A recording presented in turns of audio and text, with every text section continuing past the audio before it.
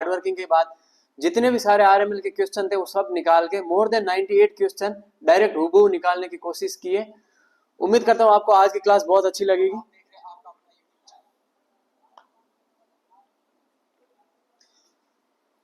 इस क्लास में आज हम बात करने वाले कंप्लीट आरएमएल पेपर के सॉल्यूशन के बारे में। उम्मीद करता हूँ आपका पेपर बहुत अच्छा रहा होगा। चलो क्लास को शुरुआत करते हैं बिना किसी देरी के।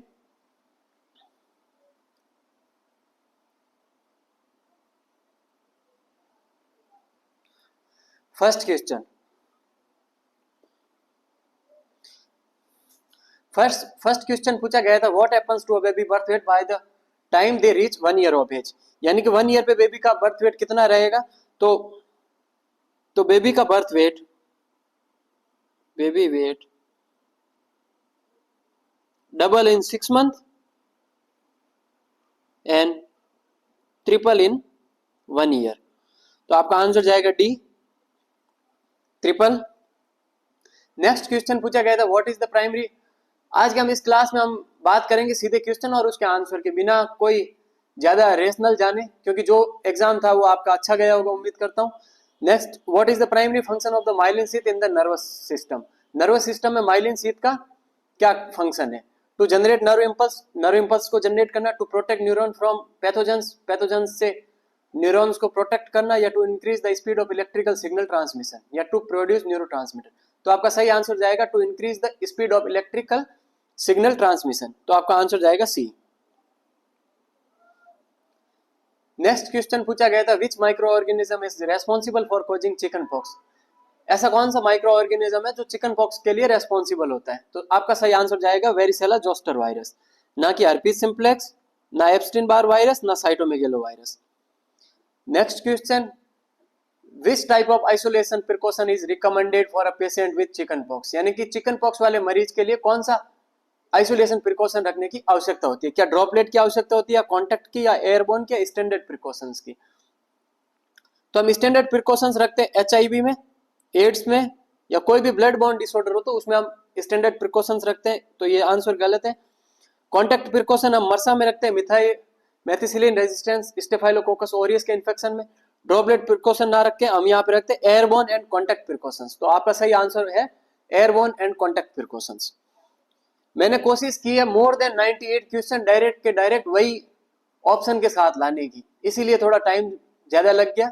नेक्स्ट क्वेश्चन ये पूछा गया था PV Sindhu is associated with which sport, यानी कि पीवी सिंधु कौन से स्पोर्ट से एसोसिएट करती है। टेनिस, बैडमिंटन, टेबल टेनिस, या स्क्वैश। तो इसका सही आंसर जाएगा बैडमिंटन।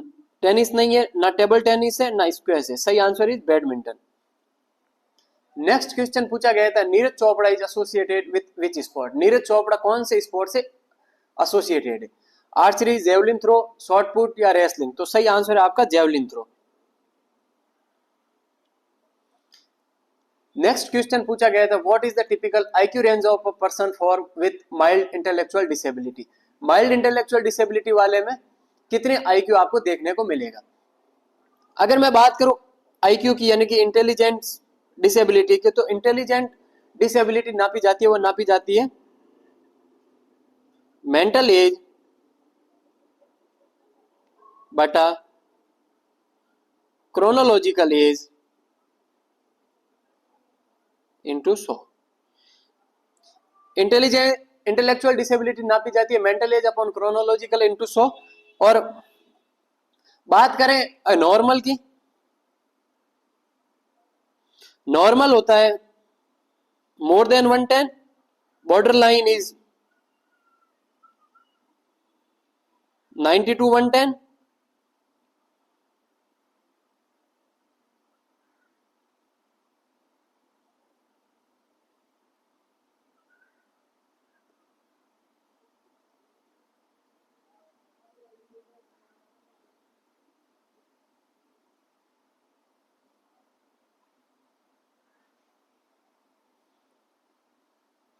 हमने बात करी इंटेलिजेंट डिसेबिलिटी नापी जाती है mental as upon chronological into 100, और नॉर्मल इंटेलिजेंट क्वेटेंट होता है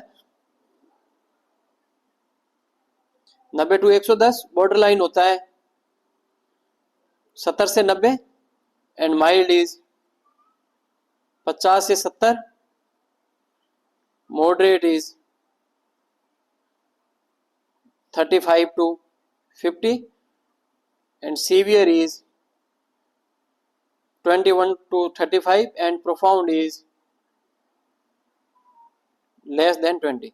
ये सारे देखने को मिलते हैं। और यहाँ पे बात पूछी गई थी माइल्ड इंटेलेक्चुअल डिसेबिलिटी थी, तो माइल्ड इंटेलेक्चुअल डिसेबिलिटी होती है 50 टू 70, तो आपका सही आंसर जाएगा 50 टू 70, ना बिलो 50 और 85 टू 100 नॉर्मल में काउंट होता है। नेक्स्ट क्वेश्चन पूछा गया था which of the following drug is classified as calcium channel blocker, ऐसी कौन सी ड्रग है जो कैल्शियम चैनल ब्लॉकर है? तो एटिनोलॉल एक बीटा ब्लॉकर है, आपका सही आंसर जाएगा एम्लोडिपिन। एम्लोडिपिन और निफिडिपिन दोनों कैल्शियम चैनल ब्लॉकर। इनालप्रिल नहीं है, ना फ्रूसेमाइड, फ्रूसेमाइड लेसिक्स डायूरेटिक है। नेक्स्ट क्वेश्चन पूछा गया था why is the lateral position recommended for unconscious patient, यानी कि अनकॉन्शियस पेशेंट में लेटरल पोजीशन क्यों देते हैं? टू इंप्रूव ब्लड सर्कुलेशन, क्या ब्लड सर्कुलेशन को इंप्रूव करने के लिए, या to prevent aspiration and maintain airway, aspiration को प्रिवेंट करने के लिए मेंटेन एयरवे, या टू रिड्यूस फीवर, या टू मॉनिटर वाइटल साइन। तो ब्लड सर्कुलेशन से प्रिवेंट करने के लिए हम नहीं देते लेटरल पोजीशन, हम लेटरल पोजीशन देते हैं to prevent aspiration and maintain airway. Reduce fever के लिए हम पायरेटिक देंगे और टू मॉनिटर वाइटल साइन के लिए नहीं देते। नेक्स्ट क्वेश्चन पूछा गया था a nurse report feeling persistently weak and tired after completing her shift, यानी कि एक नर्स कंटिन्यूअसली वो वीकनेस फील कर रही है और इजीली वो थक जाती है वो अपनी शिफ्ट कंप्लीट होने के बाद। What is the most likely cause, उसका कॉज क्या हो सकता है? क्या उसका cause poor communication with patient है, या लैक ऑफ क्लिनिकल नॉलेज, या बर्नआउट, या इनएडुकेट हाइड्रेशन? तो इसका सही आंसर जाएगा burnout. Poor communication with skills with patient ये नहीं जाएगा, ना लैक ऑफ क्लिनिकल नॉलेज, ना इनएडुकेट हाइड्रेशन। बर्नआउट एक ऐसी कंडीशन है जिसमें health care provider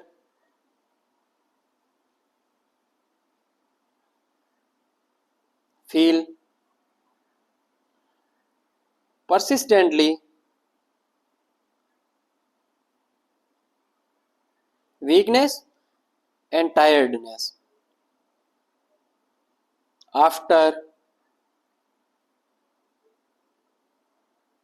completing our shift, यानी कि बर्नआउट एक ऐसी कंडीशन है जिसमें हेल्थ केयर प्रोवाइडर फील करती है परसिस्टेंटली वीकनेस और टायर्डनेस आफ्टर कंप्लीटिंग हर शिफ्ट। नेक्स्ट क्वेश्चन पूछा गया था which missile was used by the Indian air force during operation Sindoor to target Pakistan airbase and terror infrastructure, यानी कि ऑपरेशन सिंदूर के दौरान इंडियन एयरफोर्स के द्वारा पाकिस्तान के एयरबेस को तबाह करने के लिए कौन सी मिसाइल यूज की गई थी? अग्नि 5, पृथ्वी 2, ब्रह्मोस या आकाश? तो आपका सही आंसर जाएगा ब्रह्मोस। पृथ्वी, अग्नि, आकाश ये सारे यूज नहीं की गई थी, ब्रह्मोस मिसाइल यूज की गई थी। नेक्स्ट बात करते हैं what is the main purpose of using the jet track method during IM injection, यानी कि आईएम इंजेक्शन देते समय जेट ट्रैक मेथड को यूज करने का पर्पस क्या हो सकता है? To reduce pain during injection, क्या हम पेन को कम करने के लिए देते हैं, या to prevent leakage of medication into subcutaneous tissue, हम मेडिकेशन को लीकेज होने से बचाने के लिए देते हैं, या टू इंक्रीज एब्जॉर्प्शन रेट, या एब्जॉर्ब होने की रेट को बढ़ाने के लिए, या to avoid hitting a nerve. तो to avoid hitting a nerve upper outer quadrant में देते हैं ताकि सियाटिक नर्व की इंजुरी ना हो, ये नहीं है। टू इंक्रीज एब्जॉर्प्शन रेट नहीं है, सही आंसर आपका जाएगा to prevent leakage of medication into subcutaneous tissue. हम वो मेडिकेशन लीक मसल से सबक्यूटेनियस टिश्यू में ना हो, इस वजह से हम आयरन यानी कि डेक्स्ट्रान के इंजेक्शन डेक्स्ट्रान आपने नाम सुना होगा, ये सारे हम deep IM by jet track technique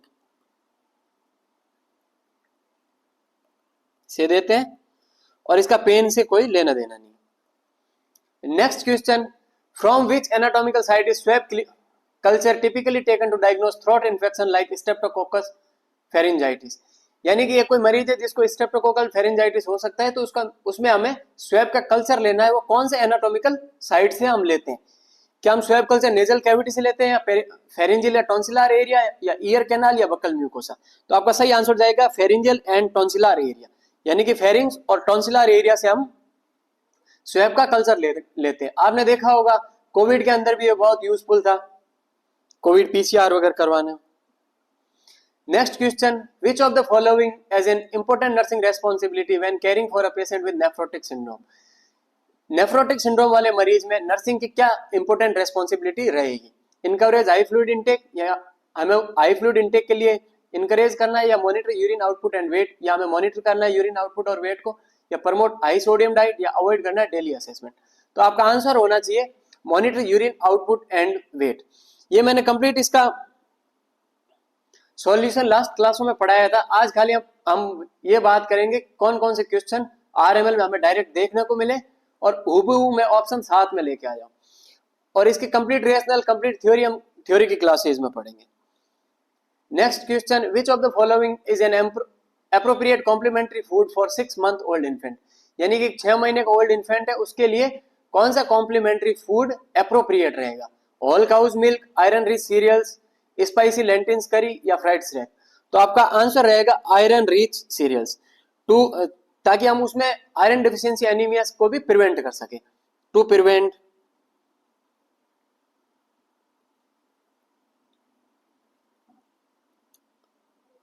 iron deficiency anemia. We give iron fortified या iron rich cereals.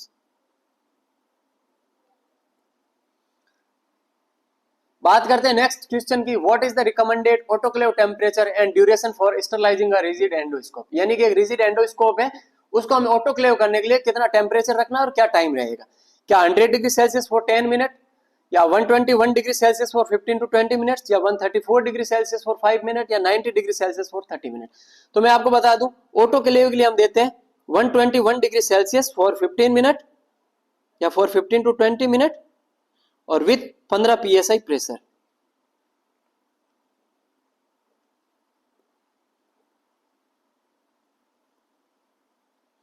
तो आपका सही आंसर रहेगा B, 121 degree Celsius for 15 to 20 minutes. 100 degree नहीं देते, नहीं 134, नहीं 90 डिग्री। बात करते हैं नेक्स्ट क्वेश्चन की, which of the following is the common side effect of spinal anaesthesia. Spinal anaesthesia का मोस्ट कॉमन साइड इफेक्ट क्या रहेगा? तो स्पाइनल एनेस्थीसिया का मोस्ट कॉमन साइड इफेक्ट रहता है हाइपोटेंशन, यानी कि मरीज की बीपी कम होने लगती है, बीपी कम होने लग डिक्रीज होने लगती है, इसी वजह से वो मोर प्रोन होता है हाइपोटेंशन की वजह से। तो उसमें हाइपोटेंशन देखने को मिला, बीपी बढ़ी हुई नहीं देखने को मिलेगी, नहीं हार्ट रेट बढ़ी हुई मिलेगी, ना हाइपरग्लाइसीमिया देखने को मिलेगा। अब बात करते हैं नेक्स्ट क्वेश्चन की, which of the following is a reliable sign that a baby is receiving adequate breast milk, यानी कि ऐसा कौन सा रिलायबल साइन है जिससे कि हम ये अनुमान लगा सके कि बेबी ने एडिक्वेट ब्रेस्ट फीडिंग की है या नहीं की है? Baby cries continuously after feeding, या बेबी क्राई कर रहा है कंटिन्यूअसली फीडिंग के बाद में, या baby passes urine at least 6 to 8 times in 24 hours, यानी कि वो 24 घंटे में 6 से 8 बार अपना सुसु पास कर रहा है। क्या baby sleep for less than 1 hour after feeding, या फीडिंग के बाद में 1 घंटे से भी वो कम सो पा रहा है, या बेबी रिफ्यूज टू टच या refuse to latch during feeding, या वो मना कर रहा है लैच ड्यूरिंग फीडिंग के दौरान। तो आपका आंसर होना चाहिए, जैसे बेबी ब्रेस्ट मिल्क में जैसे फीडिंग करता है, फीडिंग के बाद में हाइड्रेशन लेवल उसका इंप्रूव होता है, hydration level improve, hydration level improve होने के बाद में baby pass urine output at least 6 to 8 times in 24 hours. तो वह 24 घंटे में 6 से 8 टाइम सुसु पास करता है, इसका मीन्स उसमें एडिक्वेट ब्रेस्ट फीडिंग हुई है। तो आपका आंसर रहेगा ए, इसका क्राई से लेना देना नहीं है, ना स्लीप का और ना लेस ड्यूरिंग फीडिंग का। Next question, the 7 northern state of India, question ऐसे ही पूछा गया था, तो जो नॉर्थ ईस्ट के 7 स्टेट है उनको हम कंबाइंडली क्या बोलते हैं? 7 ब्रदर, 7 हिल्स, 7 सिस्टर, 7 रिवर। लेकिन अभी ये कल के एग्जाम्स में यही पूछा गया था कि 7 north eastern state of India. क्या पता नेक्स्ट एग्जाम में ये पूछा जाए कि 7 सिस्टर्स में से कौन कौन से स्टेट आते हैं। तो आपका आंसर ये होना चाहिए, फर्स्ट आता है Arunachal Pradesh, second Assam, third Manipur, fourth Meghalaya, fifth Mizoram, six Nagaland and 7 Tripura. और इन सबको कंबाइंडली हम बोलते हैं 7 सिस्टर्स। आपने कहीं मूवीज वगैरह में देखा होगा या कहीं ब्लॉग वगैरह में देखा होगा 7 सिस्टर्स ऑफ नॉर्थ ईस्ट, तो ये इसको हम बोलते हैं 7 सिस्टर्स। ये सारे नॉर्थ ईस्ट के स्टेट है जिसमें अरुणाचल प्रदेश, आसाम, मणिपुर, मेघालय, मिजोरम, नागालैंड एंड त्रिपुरा, इनको हम कंबाइंडली बोलते हैं 7 सिस्टर्स। ना 7 रिवर, ना 7 हिल, ना 7 ब्रदर। इसमें शायद एक ऑप्शन ऐसा भी था 7 कजन, वो भी आपका आंसर नहीं रहेगा। Next question, what is the priority nursing action when a patient is experiencing a seizure. एक कोई मरीज है जिसको सीजर आ रहा है तो उसमें प्रायोरिटी नर्सिंग एक्शन क्या रहेगा? Restrain the patient to prevent movement, वो मूवमेंट को प्रिवेंट करने के लिए हम उसे रिस्ट्रेन कर दें। Insert a tongue depressor to prevent biting, या टंग डिप्रेसर को हम इंसर्ट करें to prevent biting. Turn the patient to the side and protect the head, patient को एक साइड करें और प्रोटेक्ट करे the head. Leave the patient and call for help, patient को वहीं छोड़ दें और मदद के लिए बोले। तो सीजर के दौरान प्रायोरिटी नर्सिंग एक्शन रहता है, प्रायोरिटी नर्सिंग एक्शन या प्रायोरिटी नर्सिंग रोल रहेगा, ensure patient safety and patent airway.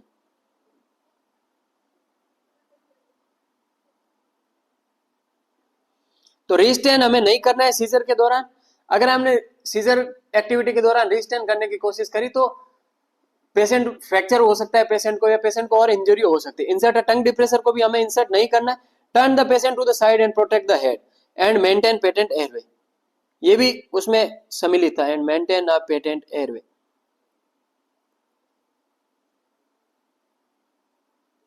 And leave the patient and call for help, ये नहीं करना है। नेक्स्ट क्वेश्चन पूछा गया था, hallucination and delusion are commonly associated with which of the following mental health condition. यानी कि डिल्यूजन एंड एल्यूसिनेशन कौन सी डिजीज कंडीशन में हमें देखने को मिलते हैं? तो डिल्यूजन एंड एल्यूसिनेशन हमें देखने को मिलते हैं सिजोफ्रेनिया की कंडीशन में, डिप्रेशन में नहीं मिलते, ना एंजाइटी डिसऑर्डर में, ना ओसीडी में। सिजोफ्रेनिया में हमें देखने को मिलता है डिल्यूजन और delusion of persecution,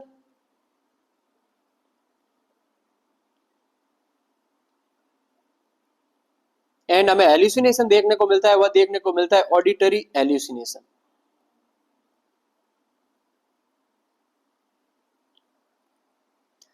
next question, a patient in a manic episode present with restlessness, singing loudly and violent behaviour, which medication is most appropriate for immediate management. यानी कि एक मरीज है जो कि मैनिक एपिसोड में है, वो कंटिन्यू शो कर रहा है रेस्टलेसनेस और सिंगिंग लाउडली, वो जोर जोर से गाने गा रहा है, और वायलेंट बिहेवियर, यानी कि वो अपना वायलेंट बिहेवियर शो कर रहा है। तो हम कौन सी मेडिकेशन दे सकते हैं? तो ये कहीं ना कहीं इंडिकेट कर रहा है हमें साइकोटिक सिम्टम की तरफ, यानी कि वो वायलेंट बिहेवियर शो कर रहा है, रेस्टलेसनेस है, तो कहीं ना कहीं साइकोटिक सिम्टम,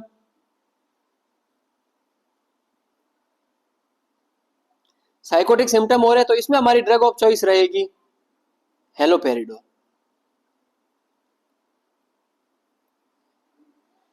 और ये जो भी साइकोटिक सिम्टम है ये एक्यूट फॉर्म है, और इन्हें हमें ट्रीट करने के लिए, एक्यूट फॉर्म वाले साइकोटिक सिम्टम को हमें ट्रीट करने के लिए ड्रग ऑफ चॉइस रहती है हेलोपेरिडोल।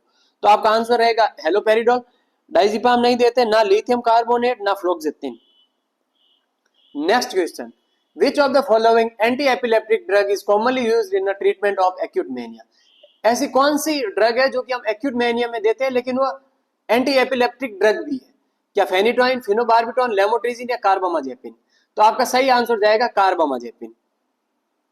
लेमोट्रिजिन नहीं देते, ना फिनोबार्बिटोन, ना phenytoin. Next question, which neurotransmitter is typically decrease in depression and increase in mania. Question आगे इसमें ऐसे भी ऐड था, इंक्रीज इन मेनिया एंड, और शायद इसमें पीछे दिया हुआ था हैप्पीनेस।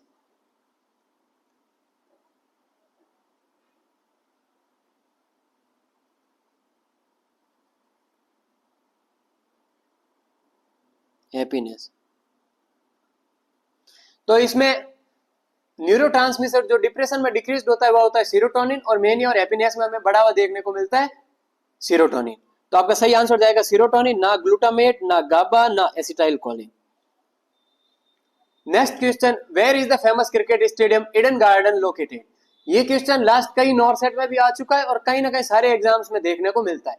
ईडन गार्डन जो क्रिकेट का स्टेडियम है वह कहाँ पे है? तो वह famous cricket stadium Eden Garden located है, वो है कलकत्ता में, दिल्ली, चेन्नई, मुंबई में नहीं।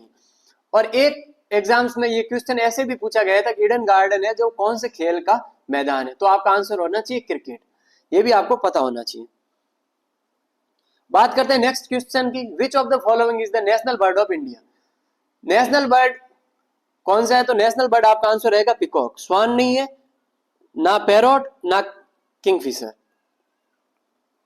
सही answer peacock. Next question, the name India is derived from which of the following. यानी जो इंडिया का नेम है वो कहां से डिराइव्ड हुआ है? तो इंडिया का जो नाम है वह इंडस रिवर से, ना हनुमान, ना इंडियन स्टेट, ना Himalaya mountains. Indus river means, Indus river means जो आपने संस्कृत, जिसको हम संस्कृत लैंग्वेज में सिंधु नदी भी बोलते हैं।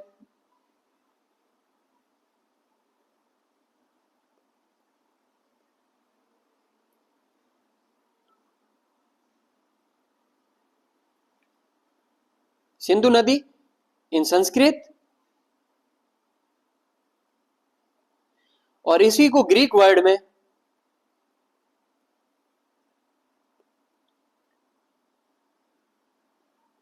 इंडिया, इसी को ग्रीक वर्ड में इंडिया बोला गया है, और यही इसका जो मेन ओरिजिन है वह लिया गया इंडस रिवर से। तो आपका आंसर होना चाहिए Indus river. Next, who gave the famous slogan Swaraj is my birthday and I shall have it, यानी कि जो फेमस स्लोगन है स्वराज्य मेरा जन्मसिद्ध अधिकार है और मैं इसे लेकर रहूंगा, ये किसने दिया था? ये दिया था महात्मा गांधी, बाल गंगाधर तिलक, सुभाष चंद्र बोस और जवाहरलाल नेहरू। तो आपका सही आंसर है बाल गंगाधर तिलक, यानी कि बाल गंगाधर तिलक ने दिया था स्वराज्य मेरा जन्मसिद्ध अधिकार है और मैं इसे लेकर रहूंगा। महात्मा गांधी ने नहीं दिया था, ना सुभाष चंद्र बोस, ना जवाहरलाल नेहरू। और which planet is commonly refer to the red planet, यानी कि रेड प्लेनेट को, कौन सा प्लेनेट को हम रेड प्लेनेट कहते हैं? तो आपका आंसर होना चाहिए रेड प्लेनेट हम कहते हैं मार्स को। Mars is a red planet, ना विनस, ना जुपिटर, ना मरकरी। मार्स को हम रेड प्लेनेट बोलते हैं, और ये मून से फोर्थ प्लेनेट है मार्स प्लेनेट। नेक्स्ट क्वेश्चन पूछा गया था, a terminal ill cancer patient begin to cry, यानी कि टर्मिनल इल कैंसर पेशेंट है वह रो रहा है। When the nurse approaches to administer medication, जब नर्स उसके रूम में गई और मेडिसिन एडमिनिस्टर करने के लिए अप्रोच किया, what should be the nurse's priority action, तो नर्स उसमें क्या करेगी? जब मरीज रो रही है और नर्स वहां पे दवाई लगाने गई, administer the medication quickly and leave the room, क्या नर्स वहां पे मेडिकेशन को जल्दी जल्दी लगा के रूम से बाहर आ जाएगी? Tell the patient not to cry and be strong, या मरीज को ऐसे कहेगी कि रोना नहीं है, स्ट्रॉन्ग मजबूत बनो, या sit with the patient and offered emotional support, या पेशेंट के साथ बैठेगी और उसे इमोशनल सपोर्ट देगी, या कॉल द डॉक्टर इमीडिएटली, या डॉक्टर को कॉल करेगी। तो administer the medication quickly answer नहीं होता, कभी भी मेडिकेशन जब मरीज रो रहा है तो हम क्विकली इंसर्ट नहीं करते। Tell the patient not to cry to be strong, वहां पे मरीज रो रहा है, अपने इमोशन शो कर रहा है, और हमें किसी भी प्रकार की ऐसी चीज नहीं बोले जो उसे और इमोशंस को खराब करे, यानी tell the patient not to cry and be strong, ये वहां पे मोटिवेशन टेम्परेरी काम नहीं करेगा। आपका आंसर होना चाहिए सिट विद द पेशेंट, यानी पेशेंट के साथ में बैठना है, उसका ऐसे हाथ में हाथ लगा के, इसमें शायद ऐसा भी ऑप्शन ऐड था कि टच ऑन हैंड, यानी कि उस हैंड के ऊपर ऐसे हाथ रख के और सपोर्ट करना है और ऑफर करना है इमोशनल सपोर्ट को। तो आपका आंसर जाएगा सी, ना कॉल्ड द डॉक्टर इमीडिएटली। इसमें डॉक्टर क्या करेगा? यहाँ पे प्रायोरिटी नर्सिंग एक्शन पूछा गया है, ये देखो नर्सिंग प्रायोरिटी एक्शन, हर बार डॉक्टर को इन्फॉर्म करने से अच्छा है कुछ खुद से ही मैनेज किया जाए। Next question, which of the following is not considered a danger sign during pregnancy, ऐसा कौन सा साइन है जो कि, यानी कि सारे डेंजर साइन है एक्सेप्ट, यानी किसको छोड़ करके, यहाँ पे एक्सेप्ट पूछा गया था। वेजाइनल ब्लीडिंग एक डेंजर साइन है तो ये नहीं होगा। सीवियर एब्डोमिनल पेन भी डेंजर साइन है।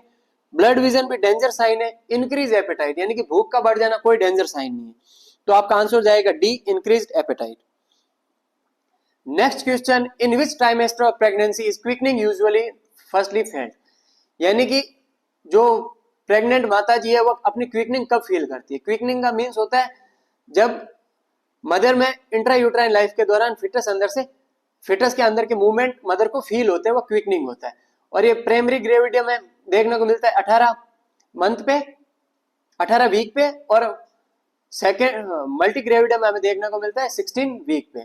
तो आपका ये 16 और 18 वीक आते हैं सेकेंड ट्राइमेस्टर में। फर्स्ट ट्राइमेस्टर होता है 1 to 13 week, second is 13 to 26। तो सही आंसर जाएगा आपका सेकेंड ट्राइमेस्टर, ना फर्स्ट,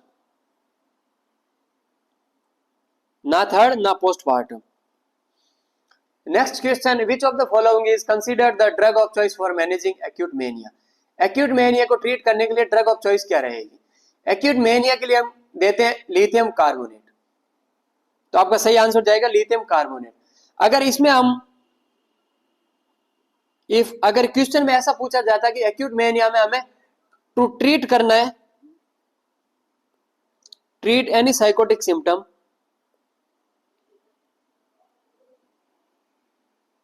तो आपका आंसर है एलोपेरिडोल। ये शायद दो क्वेश्चन पूछे गए थे, एक में मैंने अभी आपको लास्ट में बताया कि एलोपेरिडोल देते हैं और एक में एक्यूट मैनिया को ट्रीट करने के लिए लिथियम कार्बोनेट देते हैं। बात करते हैं नेक्स्ट क्वेश्चन की, which of the following is a typical sign of concealed abruptio placenta. Abruptio placenta यानी कि कंसील्ड टाइप का एब्रप्सियो प्लेसेंटा है, उसमें कौन सा टिपिकल साइन देखने को मिलेगा? क्या पेनलेस वेजाइनल ब्लीडिंग, या सॉफ्ट रिलैक्स यूट्रस, या रिजिड एंड टेंडर यूट्रस, या fetal movement become more vigorous. तो हमने बात करी थी लास्ट क्लासों में कि एब्रप्सियो प्लेसेंटा में हमें या तो रिवील टाइप का हो सकता है या कंसील्ड टाइप का हो सकता है। कंसील्ड का मीन्स होता है जो ब्लीडिंग होती है वो अंदर के अंदर रह जाती है और उसमें बाहर ब्लीडिंग नहीं देखने को मिलती, और रिवील्ड में जो ब्लीडिंग होती थी वो बाहर देखने को मिलती थी।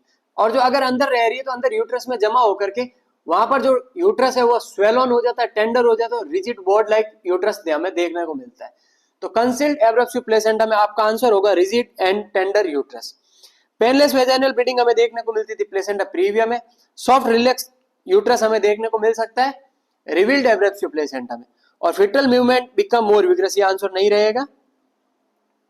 बात करते हैं नेक्स्ट क्वेश्चन की, which of the following is the specific antidote used in paracetamol यानी कि acetaminophen poisoning, atropine, naloxone, N acetylcysteine या फ्लूमाजेनिल। तो आपका सही आंसर है एन एसिटाइलसिस्टिन। नैलेक्सोन हम देते ओपियोइड टॉक्सिसिटी में, ये भी क्वेश्चन पूछा गया था। एट्रोपिन हम नहीं देते, ना फ्लूमाजेनिल। पैरासीटामोल में हम देते एन एसिटाइलसिस्टिन। नेक्स्ट बात करते हैं और क्वेश्चन की, which of the following is the specific antidote used in opioid overdose.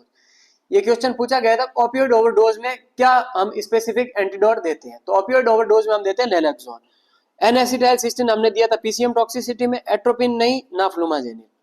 तो आपका आंसर है naloxone. Next question, which structure are involved in second degree perineal tear. यानी कि पेरिनियल टीयर में हमने बात करी थी first degree, second degree, third degree and fourth degree. First degree में हमने बात करा कि वहां की खाली म्यूकोसा का इन्वॉल्वमेंट है। सेकंड डिग्री में हमने बात की थी कि पेरिनियल स्किन और वहां की फ्लोर की मसल्स इन्वॉल्वमेंट है। थर्ड डिग्री में हमने बात करी कि एनल स्पिंस्टर इन्वॉल्वमेंट है। फोर्थ में हमने बात करी कि एनल स्पिंस्टर को क्रॉस करके रेक्टल म्यूकोसा का भी इन्वॉल्वमेंट है। तो सेकंड डिग्री पेरिनियल टीयर में आपका आंसर जाएगा पेरिनियल स्किन और पेल्विक फ्लोर की मसल्स को ब्रेक डाउन करना। वेजाइना आती है फर्स्ट डिग्री में, एनल स्पिंस्टर थर्ड में, और रेक्टल म्यूकोसा को अगर ऐड कर दे तो थर्ड डिग्री जाएगा। वेजाइनल म्यूकोसा आती है फर्स्ट में, first degree, anal sphincter third degree, rectal mucosa is fourth degree. Next बात करते हैं एक और क्वेश्चन की। एक नर्स है जो ऑब्जर्व कर रही है बेबी ग्रास्पिंग अ टॉय, यानी कि एक टॉय को ग्रास्प कर रहा है baby and smoothly transferring it from one hand to the another hand during play, और वह उस खिलौने को आसानी से एक हाथ से दूसरे हाथ में ट्रांसफर कर पा रहा है। This behaviour reflect developing coordination and bilateral hand use, यानी कि ये बिहेवियर ये इंडिकेट करे डेवलपिंग कोऑर्डिनेशन उसमें अच्छा है और बायलैटरल हैंड का वह यूज करा है। At what age is the milestone typically achieved. ये सारे माइलस्टोन यानी कि बेबी ग्रास्प कर रहा है और स्मूथली ट्रांसफरिंग ऑब्जेक्ट, यानी कि ट्रांसफर ऑब्जेक्ट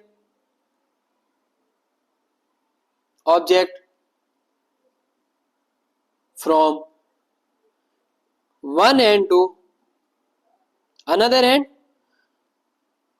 और ये सारे डेवलपमेंटल माइलस्टोन हमें देखने को मिलता है 7 to 8 मंथ। तो आपका आंसर इसमें दिया हुआ था 7 मंथ ऑफ एज, तो आपका आंसर जाएगा 7 मंथ, ना 5, ना 3 एंड ना 9। बात करते हैं नेक्स्ट क्वेश्चन की। A nurse observe a child babbling and using 2 to 4 meaningful words like mama, bye bye and ball appropriately. The child also respond to simple command and recognize familiar people. Based on these observation, what is the most likely age of the child? यानी कि nurse observe कर रही है child के behaviour को और child वहां पे बबलिंग शो कर रहा है और 2 से 4 मीनिंग वर्ड लाइक मामा, बेबी, स्पीक,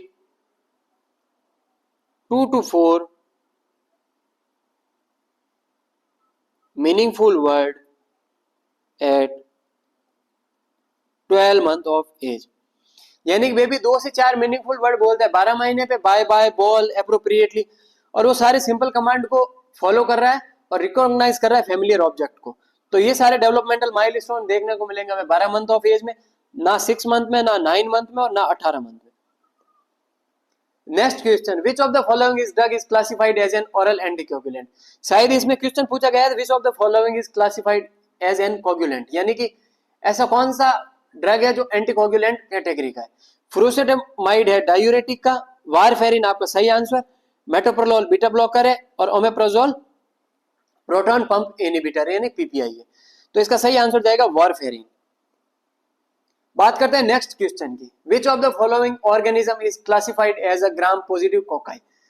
क्वेश्चन ये पूछा गया था ग्राम पॉजिटिव कोकाई में कौन सा ऑर्गेनिज्म आता है, E coli, staphylococcus aureus, Klebsiella pneumonia या स्यूडोमोनास एरोजिनोसा। तो सही आंसर आपका होगा एस ऑरियस, स्टेफाइलोकोकस ऑरियस या एस ऑरियस। ये ग्राम नेगेटिव होता है, ये क्लेप्सिला नहीं होगा ना स्यूडोमोनास। या आप याद रखिएगा यहाँ पे कोकाई पूछा गया था और कोकाई में आपका आंसर जाएगा staphylococcus aureus. Next question, Sudhanshu Shukla जो कि अभी अंतरिक्ष में जाके है, an Indian air force officer and ISRO gaganyatri. वो एक इंडियन एयरफोर्स ऑफिसर है और इसरो के गगन यात्री है। Travel to space in 2025 as part of which mission. इन्होंने स्पेस गए थे 2025 में, कौन से मिशन के अंतर्गत गए थे, Gaganyaan, Chandrayaan, axiom mission 4, Aditya L1। तो आपका सही आंसर जाएगा एक्सियोम मिशन 4। तो इसका सही आंसर जाएगा एक्सियोम मिशन 4, ना आदित्य L1, ना चंद्रयान, ना गगनयान। नेक्स्ट क्वेश्चन एक ये भी पूछा गया था, what was the primary objective of Axiom mission 4 AX4 space flight to the international space station in 2025। यानी कि जो एक्सियोम मिशन के अंतर्गत सुधांशु शुक्ला गए थे, उसमें एक्सियोम मिशन का जो मेन प्राइमरी ऑब्जेक्टिव क्या है, to send an Indian astronaut to the moon. क्या इंडियन एस्ट्रोनॉट को मून पे भेजना उसका प्राइमरी ऑब्जेक्टिव है, क्या लॉन्च है SpiceJet international space mission, या लॉन्च करना स्पाइस जेट को, या conduct a multinational space flight promoting commercial research and collaborate among international space agencies.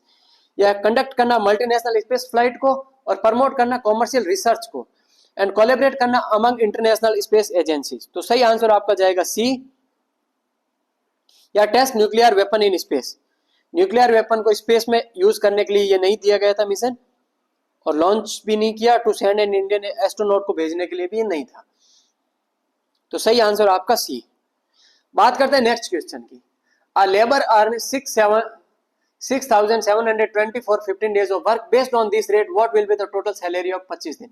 यानी कि एक कोई मजदूर आदमी है जो कि 15 दिनों में 6,720 रुपए कमाता है, तो इस आधार पे 25 दिन की उसकी सैलरी कितनी होगी। तो हम ऐसा भी ऐसे ज्ञात कर सकते थे, 6,750 में हम डिवाइड करते 15 का,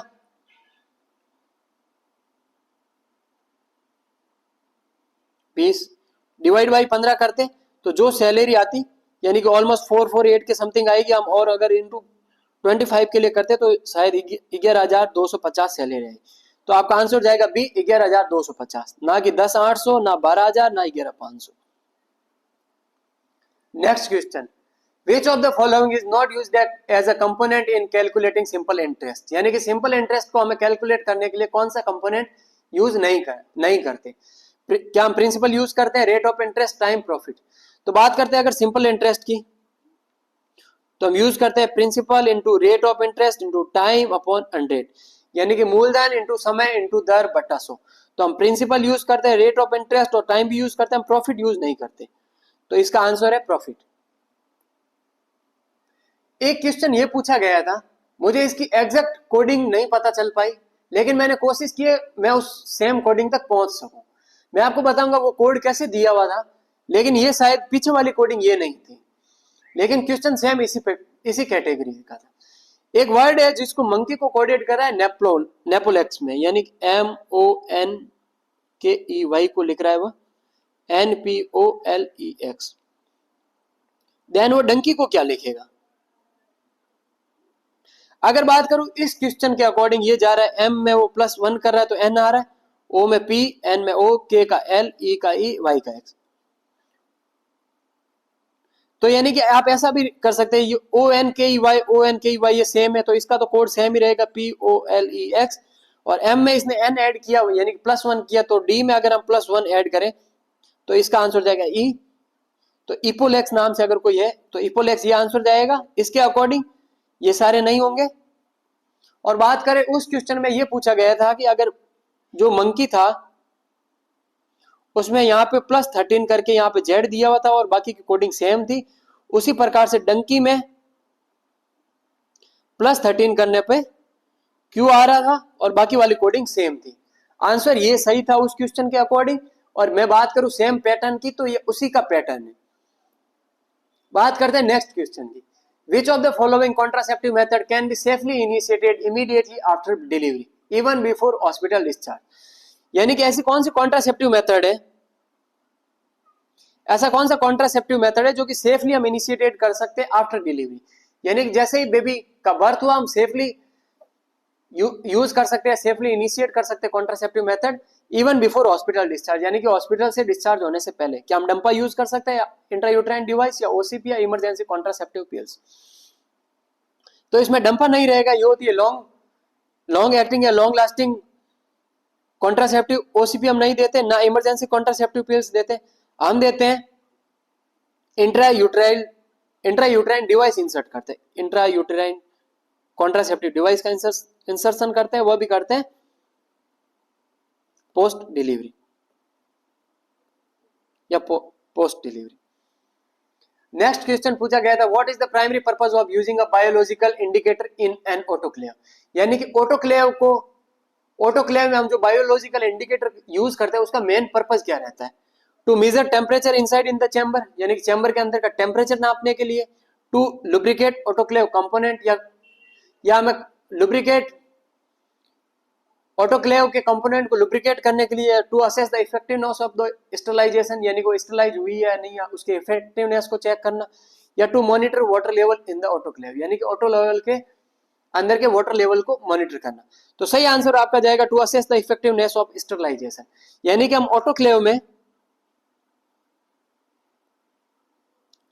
बायोलॉजिकल इंडिकेटर, यानी कि बायोलॉजिकल इंडिकेटर का मींस होता है बैक्टीरिया या कोई माइक्रो ऑर्गेनिज्म यूज करते हैं, और अगर वो डिस्ट्रॉय हो जाए तो इसका मींस स्टरलाइजेशन। अगर वो डिस्ट्रॉय हो जाए तो इसका मींस स्टरलाइजेशन इफेक्टिव है, और अगर डिस्ट्रॉय ना हो तो इसका मींस स्टरलाइजेशन इनइफेक्टिव है। तो आपका सही आंसर जाएगा to assess the effectiveness of sterilization. Temperature को मेजर नहीं करते, ना ऑटोक्लेव के कंपोनेंट को लुब्रिकेंट करने के लिए, ना मॉनिटर वाटर लेवल। बात करते हैं नेक्स्ट क्वेश्चन की, which of the following word is conjunction? यानी कि ऐसा कौन सा वर्ड है जो कंजक्शन के तौर पे यूज किया जा सकता है? रन, दौड़ना, बिकॉज, क्विकली, ब्यूटीफुल। तो आपका सही आंसर जाएगा बिकॉज। अगर किसी भी दो सेंटेंस के बीच में बिकॉज आए, यानी कि क्योंकि, मैं स्कूल गया क्योंकि मैं पढ़ना चाहता था, अगर बिकॉज आए तो इसका मीन्स वो कहीं ना कहीं कंजक्शन को इंडिकेट कर रहा है। तो सही आपका आंसर देगा बिकॉज, ना रन, ना क्विकली, ना ब्यूटीफुल। बात करते हैं नेक्स्ट क्वेश्चन की, which of the following is the odd one out? यानी कि इनमें से कौन सा भिन्न है, यानी कि कौन सा अलग है? Paper, pencil, eraser, pen. ये थोड़ा कंट्रोवर्शियल और कंफ्यूजिंग क्वेश्चन है। अगर ऐसे देखा जाए तो पेपर, पेंसिल और पेन, ये तीनों कहीं ना कहीं लिखने के लिए काम आते हैं, जबकि इरेजर मिटाने के लिए काम आता है। तो एक ये आंसर हो सकता है। अगर हम बात करें पेंसिल, इरेजर, पेन, ये तीनों आते हैं स्टेशनरी में। हालांकि पेपर भी स्टेशनरी है, लेकिन हम इन सब से लिख सकते हैं लेकिन जो लिखते हैं जिस ऑब्जेक्ट के ऊपर वो पेपर होता है। तो इसमें पेपर भी हो सकता है आंसर और इरेजर भी हो सकता है, वो अकॉर्डिंग टू एग्जामिनर क्या माने। नेक्स्ट बात करते हैं क्वेश्चन की, which of the following is the correct antonym of word ancient? यानी कि एंशिएंट का करेक्ट एंटोनिम क्या है? एंटोनिम का मीन्स होता है इसका बिल्कुल विरोधाभास होना। सिनोनिम्स मतलब इसका बिल्कुल समानार्थक शब्द, और एंशिएंट मीन्स उसका जल्द भिन्नार्थक शब्द। Ancient means old, historic, modern या एंटिक। एंशिएंट मीन्स पुराना, यानी कि पुराने में ओल्ड नहीं आएगा इसका एंटोनिम, ना हिस्टोरिक, आपका आंसर जाएगा मॉडर्न, ना एंटिक। नेक्स्ट बात करते हैं नेक्स्ट क्वेश्चन की, which of the following number is the odd one out? इनमें से ऑड नंबर कौन सा है? 131, 144, 121, 169। तो अगर हम बात करूं 121 तो 11 into 11 121, 13 into 13 169, 12 into 12 is 144, 131 is odd one out. तो आपका सही आंसर जाएगा 131, ना ये जाएगा, ना ये, ना ये। नेक्स्ट बात करते हैं what comes next in the following number series, यानी कि कौन सी नंबर सीरीज में आगे क्या आएगा। अगर बात करूं नंबर सीरीज 1, 3, 6, 10, 15 और ऐसे पूछा गया, 1 का 3 मतलब प्लस कर रहा है 2, 3 से 6 में प्लस कर रहा है 3, 6 से 10 में प्लस कर रहा है 4, 10 से 15 में प्लस कर रहा है 5, अगर 15 से 2, 3, 4, 5 प्लस कर दिया तो नेक्स्ट हम 6 प्लस करें तो 15 प्लस 6 होते हैं 21। तो आपका सही आंसर जाएगा 21, ना 22, ना 20, ना 18। बात करते हैं नेक्स्ट क्वेश्चन की। A man walk 10 meter north, then turn right and walk 5 meter, then again turn right and walk 10 meter. What direction is facing now? आप अगर क्वेश्चन का सॉल्यूशन देख रहे हैं तो आप देख पा रहे होंगे सारे के सारे क्वेश्चन हूबहू लेके आया और विथ ऑप्शन उनके चारों के चारों ऑप्शन कोशिश किए कि वह सेम ऑप्शन दिए, और एक नहीं, दो नहीं, 40-50 क्वेश्चन नहीं, पूरे 98 क्वेश्चन लेके आया। 2 क्वेश्चन मुझे थोड़ी कैलकुलेशन एरर में आ रहे थे, यानी कि मुझे एग्जैक्ट उसकी वैल्यू याद नहीं कर पाया, इस वजह से मैं वो ला नहीं पाया, बाकी पूरे 100 आउट ऑफ 100 क्वेश्चन लेके आता मैं। बात करूं a man walk 10 meter north, तो सबसे पहले आपको ये पता होना चाहिए किधर कौन सी डायरेक्शन होती है। ऊपर नॉर्थ, ईस्ट, वेस्ट, साउथ ऐसी डायरेक्शन होती है। यहाँ पे अगर बात करें, एक आदमी चल रहा है वॉक 10 मीटर नॉर्थ, यानी कि वो नॉर्थ की तरफ चल रहा है 10 meter, then turn right and walk 5 meter, यानी कि उसने राइट टर्न लिया और 5 मीटर मूव किया, then again turn right and walk 10 meter, उसने अगेन टर्न राइट किया और मूव किया 10 मीटर। तो अभी वो जो, यानी वो नॉर्थ में चला, फिर वो ईस्ट में गया, अब वो गया साउथ में, तो जो उसका फेस है वो साउथ की तरफ है, तो इसका आंसर जाएगा साउथ। नॉर्थ नहीं रहेगा, ना ईस्ट रहेगा, ना वेस्ट रहेगा। बात करते हैं नेक्स्ट क्वेश्चन की। Which of the following method is commonly used to assess the level of consciousness in a child, यानी कि बच्चे में कॉन्शियसनेस के लेवल को असेस करने के लिए कौन सा मेथड हम यूज करते हैं। Skin pinch test, AVPU scale, Babinski scale या अबगार स्कोरिंग। इसमें हम यूज करते हैं AVPU scale. AVPU means alert, voice, pain, unresponding. Alert का मीन्स न्यूबॉर्न एकदम वेल अलर्ट है। वॉइस का मीन जब हम बात करें तब वो जग रहा है। पेन का मीन जब उसे पेन से स्टिमुलाई दे रहे तब वो कॉन्शियस हो रहा है। अनरेस्पॉन्डिव मीन्स सारे एफर्ट लगाने के बाद भी कोई बच्चा अगर अनरेस्पॉन्ड में है, तो ये सारी कहीं ना कहीं हम यूज करते हैं थ्रू एवीपीयू स्केल। तो आपका सही आंसर जाएगा B, AVPU scale. Skin pain test हम यूज करते हैं डिहाइड्रेशन में, to assess dehydration. Babinski reflex हम न्यूरोलॉजिकल में यूज करते थे। अबगार स्कोरिंग हम यूज करते हैं बर्थ के बाद में। नेक्स्ट क्वेश्चन पूछा गया था, what is the value of x in the equation, यानी कि 7x - 9 बराबर 3 + 5x दिया हुआ है, तो इसमें x की वैल्यू क्या है। यानी कि बात करूं अगर 7x - 9 बराबर 3 + 5x है, तो 7x यानी कि ये 5x इधर प्लस का है तो इधर भेजा तो माइनस का हो गया बराबर 3, और ये इधर माइनस का है तो इस साइड आया तो प्लस का हो गया। 7x में से अगर 5x गए तो रहेगा 2x, और 9 और 3 12, तो x बराबर 12/2, तो x की वैल्यू रहेगी 6। ना 9 रहेगी, ना 12, ना 3, सही answer 6। Next question, what is the correct plural form of the word child, यानी कि चाइल्ड का बिल्कुल बहुवचन क्या होगा। चाइल्ड का बहुवचन आएगा चिल्ड्रन। ये क्वेश्चन आरएमएल प्रीलिम्स में भी पूछा गया था और आरएमएल मेंस में भी आया। तो चाइल्ड का प्लूरल वर्ड रहेगा चिल्ड्रन, ना चिल्ड्रंस, ना चाइल्ड्स, ना चाइल्ड्स। बात करते हैं नेक्स्ट क्वेश्चन की। A mother in uncomplicated early active labour report leakage of amniotic fluid, amniotic fluid leakage कर रहा है, what should be the priority nursing action. तो इसमें प्रायोरिटी नर्सिंग एक्शन क्या रहेगा, यानी कि एक मरीज आई जो कि uncomplicated early active labour state में, यानी कि उसमें किसी प्रकार का कॉम्प्लिकेशन नहीं देखने को मिल रहा है, लेकिन उसमें मेम्ब्रेन अर्ली रप्चर हो गई और एमनियोटिक फ्लूइड लीकेज दिख शो हो रहा है, तो उसमें प्रायोरिटी नर्सिंग एक्शन क्या रहेगा। क्या हमें ऑक्सीटॉक्सिन को इन्फ्यूज करना है इमीडिएटली, या प्रिपेयर करना है for early delivery, and inform to doctor, C and D is perform vaginal examination. बिल्कुल हूबहू ये चारे ऑप्शन थे और यही क्वेश्चन था। तो हमें ऑक्सीटॉसिन को इन्फ्यूज नहीं करना है, डॉक्टर को इन्फॉर्म करने से पहले हमें प्रिपेयर करना है अर्ली डिलीवरी के लिए, and then inform to doctor. Perform vaginal examination इसका आंसर नहीं रहेगा, क्योंकि जब एमनियोटिक फ्लूइड लीकेज हो गया और एमनियोटिक फ्लूइड लीक हो रहा है तो उसमें वेजाइनल एग्जामिनेशन करके हम कुछ मेन एग्जाम नहीं कर पाएंगे, हमें प्रिपेयर करना है अर्ली डिलीवरी के लिए, then inform to the doctor. बात करते हैं नेक्स्ट क्वेश्चन की, कंप्लीट द सेंटेंस करेक्टली, यानी कि इस सेंटेंस को कंप्लीट करना है correctly. She will dash dash dash the gift for tomorrow, she will be the gift for tomorrow, she will buy the gift for tomorrow, she will be the gift for tomorrow, she will bought the gift for tomorrow. तो इसका answer हो जाएगा she will buy the gift for tomorrow, वह gift कल के लिए खरीदती है। She will buy the gift for tomorrow, ना बी ना टॉट। बात करते हैं नेक्स्ट क्वेश्चन की, कंप्लीट द सेंटेंस, यानी कि सेंटेंस को कंप्लीट करना है। She dash dash dash to school right now, क्या goes to school right now, go to school right now, gone to school right now, going to school right now. तो इसका सही answer हो जाएगा she goes to school right now, ना go ना gone ना going. बात करते हैं choose the correct indirect speech form of the sentence, यानी कि इस सेंटेंस का हमें इनडायरेक्ट स्पीच देखना है, यानी आई एम हैप्पी शी सेड, वह कहती है कि मैं खुश हूं, इसका हमें इनडायरेक्ट स्पीच देखना है। ये एक डायरेक्ट स्पीच की फॉर्म में है। अगर हम इनडायरेक्ट की स्पीच की बात करें तो see that she is happy, she said that I am happy, she said that she was happy, और she said that I was happy. तो इसका सही आंसर जाएगा she said that I was happy, she said that she was happy. सही answer इसका जाएगा she said that she was happy, ना I was happy, क्योंकि इसमें इनडायरेक्ट फॉर्म से पूछा जा रहा है डायरेक्ट फॉर्म में,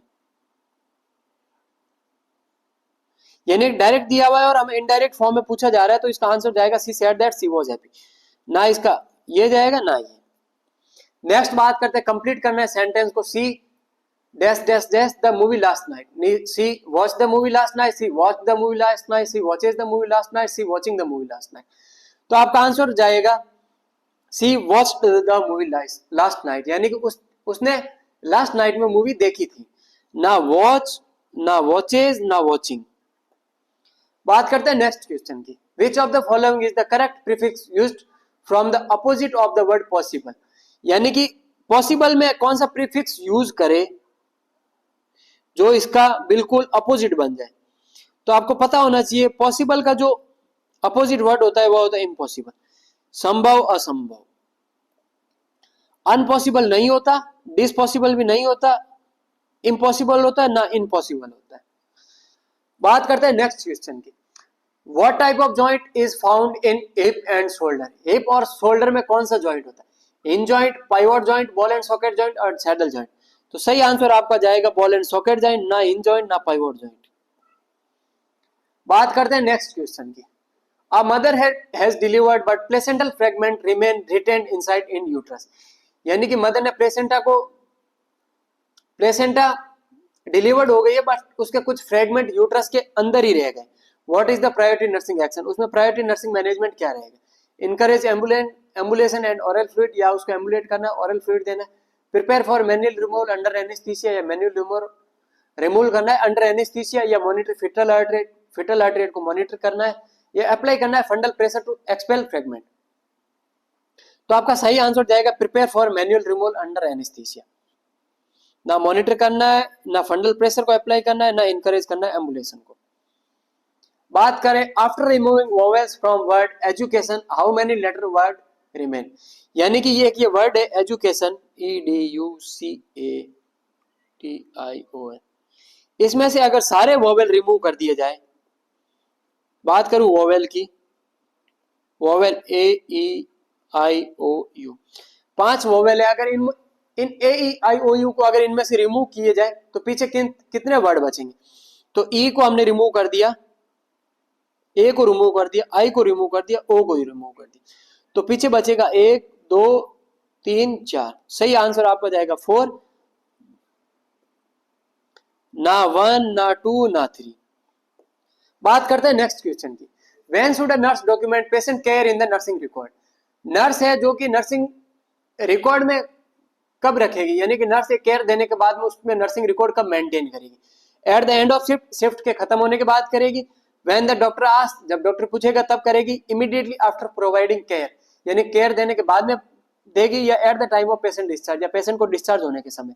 तो जब भी नर्सिंग ऑफिसर कोई नर्स केयर देती है तब वह उसको डॉक्यूमेंट करती है इमीडिएटली आफ्टर प्रोवाइडिंग केयर, यानी कि जैसे ही केयर कंप्लीट की उसी समय एंड टू एंड वहीं पे उसको डॉक्यूमेंट करती है। तो सही आंसर आपका जाएगा इमीडिएटली आफ्टर प्रोवाइडिंग केयर, ना डिस्चार्ज के समय, ना आस्क, ना डॉक्टर, एंड ऑफ शिफ्ट।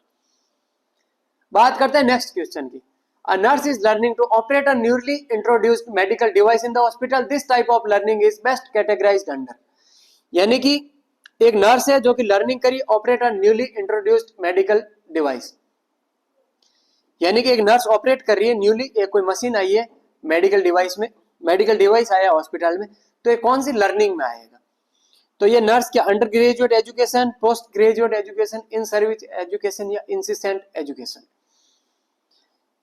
तो आपका सही आंसर जाएगा इन सर्विस एजुकेशन, ना अंडर ग्रेजुएट जाएगा, ना पोस्ट ग्रेजुएट, ना इंसिस्टेंट। मैं अगर बात करूं तीनों की लर्निंग की या तीनों के एजुकेशन की, तो ये तीनों आते हैं फॉर्मल एजुकेशन के टाइप, और ये इंसिस्टेंट एजुकेशन एक प्रकार का इनफॉर्मल टाइप का है, इसलिए ये हमने इसको पहले ही कट कर दिया। इंसिस्टेंट का मीन्स हिंदी में होता है सतत, यानी सतत मीन्स कंटिन्यूअस एजुकेशन, ये नहीं जाएगा।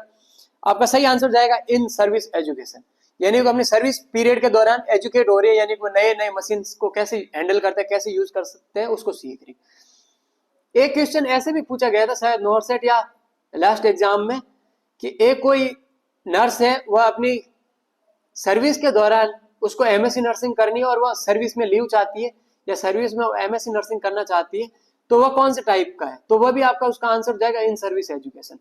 आपको पता होगा एक जॉब के बाद में जैसे ही नर्सिंग ऑफिसर हो या और कोई हो, उसने अगर बीएससी नर्सिंग कर रखी है और अगर उसको फर्दर एमएससी नर्सिंग करनी है या पीएचडी करनी है, तो वह अपने इन सर्विस यानी अपने सर्विस के दौरान हाफ पे लीव लेता है, और हाफ पे लीव को हम बोलते हैं इन सर्विस एजुकेशन। और इसमें पूछा गया था सर्विस के दौरान वह न्यूली मशीन को इक्विपमेंट को यूज करना चाहती है, तो वो कौन सी एजुकेशन में आएगा? बात करते हैं नेक्स्ट क्वेश्चन की। Which of the following action is contraindicated in the nursing management of snake bite, यानी कि एक कोई मरीज है जो जिसको स्नेक बाइट है, और कौन सा नर्सिंग एक्शन कॉन्ट्राइंडिकेटेड रहेगा, या कौन सा नर्सिंग एक्शन हमें यूज नहीं करना है? इमोबलाइज द अफेक्टिंग लिम्ब, यानी कि इमोबलाइज करना है अफेक्टिंग लिम्ब को, reassuring the patient, attempting to suck out the venom, या transporting the patient to hospital promptly. Immobilize the affected limb ये सही है, इसको तो हमें करना है। रीएश्योरिंग द पेशेंट, पेशेंट को रीएश्योर भी हम कर सकते हैं। Attempting to suck out the venom ये नहीं करते हम, यानी कि ये कॉन्ट्राइंडिकेटेड रहेगा, यानी कि किसी भी प्रकार के विनोम को हमें शक नहीं करना है, यानी कि मुंह से ऐसे चूस के निकालने की कोशिश नहीं करनी। Transporting the patient to hospital problem, यानी कि उस पेशेंट को हॉस्पिटल में ट्रांसफर करना है। बात करते हैं नेक्स्ट क्वेश्चन की। In which of the following condition is renal replacement therapy indicated during severe illness, यानी कि इसमें ऐसी कौन सी वैल्यू दी हुई है जो कि इंडिकेट कर रही है कि हमें उस मरीज का रीनल रिप्लेसमेंट थेरेपी करनी पड़ेगी, यानी कि हमें उस मरीज का रीनल रिप्लेसमेंट करना पड़ेगा। जिसका सीरम पोटेशियम लेवल 4.8 है विद नॉर्मल यूरिन आउटपुट, तो नॉर्मल पोटेशियम लेवल होता है 3.5 to 5.1 milli equivalent per litre, तो यानी कि एक नॉर्मल वैल्यू है, तो ये आंसर नहीं रहेगा। क्रिएटिनिन 1.2 mg पर डीएल विद स्टेबल हेमोडायनेमिक, यानी क्रिएटिनिन नॉर्मल होता है, नॉर्मल सीरम क्रिएटिनिन की अगर वैल्यू देखूं तो वो होती है 0.6 टू 1.2 mg पर डीएल, तो ये भी एक नॉर्मल में, ये भी नहीं रहेगा। Decrease urine output with rising creatinine level, rising creatinine level कहीं ना कहीं इंडिकेट कर रहा है उस पेशेंट की किडनी फेल हो चुकी है, यानी वह मे बी वह हो सकता है एक्यूट रीनल फेलियर या क्रॉनिक रीनल फेलियर का पेशेंट, तो उसमें हमें रीनल रिप्लेसमेंट करना पड़ेगा। ब्लड यूरिया नाइट्रोजन 40 नॉर्मल है with no sign of encephalopathy, इसमें भी हम नहीं करते, तो सही आंसर आपका जाएगा decrease urine output. Decrease urine output यानी कि अगर यूरिन आउटपुट कम हो रहा है तो इसका मतलब कहीं ना कहीं पेशेंट सफर कर रहा है किडनी डिजीज से विथ राइजिंग क्रिएटिनिन लेवल, और अगर क्रिएटिनिन लेवल भी बढ़ रहा है तो कहीं ना कहीं ये एक स्पेसिफिक इंडिकेटर है। Increase creatinine level is specific indicator of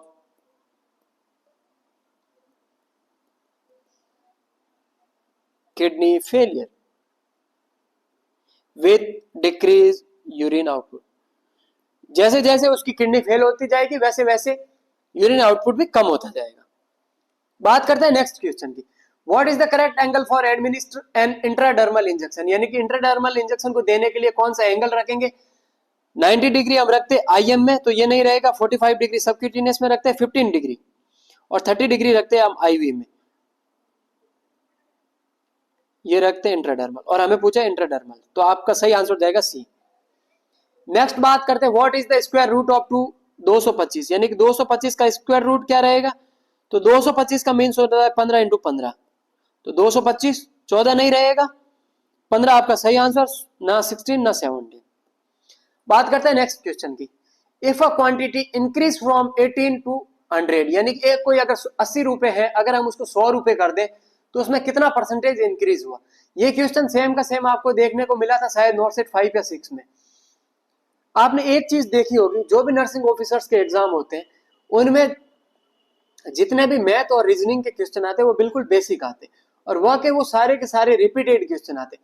red planet, percentage, coding, decoding, encoding, blood relation, 4-5 topic fix है, उन्हीं में से सारे क्वेश्चन 8 हुए हैं। और इसमें आपने देखा होगा, अगर बात करें रेशियो की, तो हमने देखा है कि 60% नर्सिंग का पोर्शन और 40% नॉन नर्सिंग का पोर्शन है। 40% नॉन नर्सिंग का पोर्शन होना, अगर आप में थोड़ी बहुत भी स्ट्रॉन्ग या एकदम अगर आप सही माइंड से करते हैं तो सारे क्वेश्चन 40 में से आउट ऑफ 40 आप ऑलमोस्ट 36 टू 37 क्वेश्चन आप करेक्ट कर लेंगे आसानी से। अगर 3 से 4 क्वेश्चन गलत हुए तो वो आपके वह होंगे जो कि जीके से, मैथ के, रीजनिंग के, इंग्लिश के, आप आसानी से क्वेश्चन कर पाएंगे। अभी भविष्य में आप केजीएमयू का एग्जाम आने वाला है, एसजीपीजीए का एग्जाम आने वाला है, तो इन सब की एग्जाम की प्रिपरेशन के लिए आप बेसिक जो भी टॉपिक है मैथ्स के, रीजनिंग आप पढ़ने की कोशिश कीजिएगा, जैसे कि परसेंटेज हो गया, कोडिंग, डिकोडिंग, एनकोड करना, डायरेक्ट इनडायरेक्ट स्पीच, और टाइम, कैलेंडर, ब्लड रिलेशन, ये सारे 8-10 टॉपिक आप फिक्स भी करेंगे तो भी आप 40 में से ऑलमोस्ट 35 क्वेश्चन करेक्ट करके आप अपनी सीट को आसानी से सिक्योर कर पाएंगे। अगर हम बात करें इस क्वेश्चन की, यहाँ पे हमने बात करी कि उसके पास 80 रुपए है और 100 रुपए हो गए, तो कितने परसेंट की हमें गेनिंग देखने को मिली। 80 से 100 हो रहे हैं, यानी कि हमने प्लस 20 बढ़ाए, तो 20 हमने बढ़ाए 80 रुपए पे, कितने 100 से, 10 से 10, 8 को 10 से निकाले तो 4/5, 10, यहाँ पे बचेगा 2 को अगर 10 से काटे तो 5, 5 इंटू 5 आएगा 25%। तो हमें यहाँ पे गेनिंग देखने को मिली वह थी 25%, ना 20%, ना 22.5 या ना 30%। बात करते हैं नेक्स्ट क्वेश्चन की। If ₹200 is invested at 5 simple interest, in how many years will the interest amount of 40, यानी कि एक सिंपल इंटरेस्ट का फॉर्मूला है जिसमें 200 रुपए उसमें मूलधन दिया हुआ है, 5% का सिंपल इंटरेस्ट है, उसमें ईयर पूछ रहा है यानी टाइम पूछ रहा है, और उसमें इंटरेस्ट अमाउंट 40 कैसे बनेगा। तो अगर हम बात करें सिंपल इंटरेस्ट के फॉर्मूले की, तो principal into rate into time upon 100। तो सिंपल इंटरेस्ट में इंटरेस्ट हमें दिया हुआ है 5, प्रिंसिपल दिया हुआ है 200,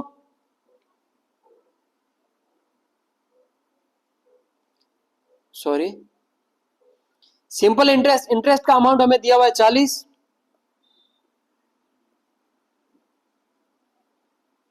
मूलधन दिया हुआ है 200, रेट हमें दिए 5, और हमें टाइम ज्ञात करना है अपॉन 200। 2 से 2 0, 40,